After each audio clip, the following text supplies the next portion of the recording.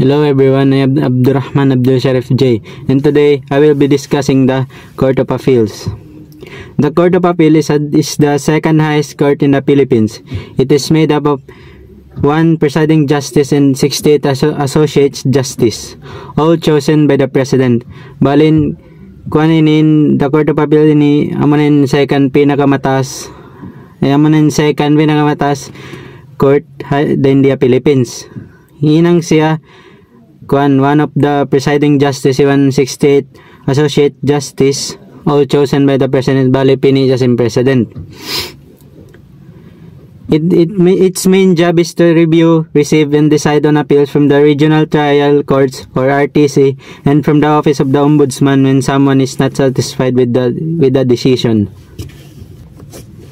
Bali ko main job nini mag-review, mag-receive, even mag-decide appeals from the regional trial courts or RTC, even the office of the ombudsman. Manginda tawyat to kung satisfied the decision. It also has the authority to issue certain legal documents and orders. Think of the Court of Appeals as a reviewing court. Bali in Court of Appeals ini talion mo na dyan siya as a reviewing court.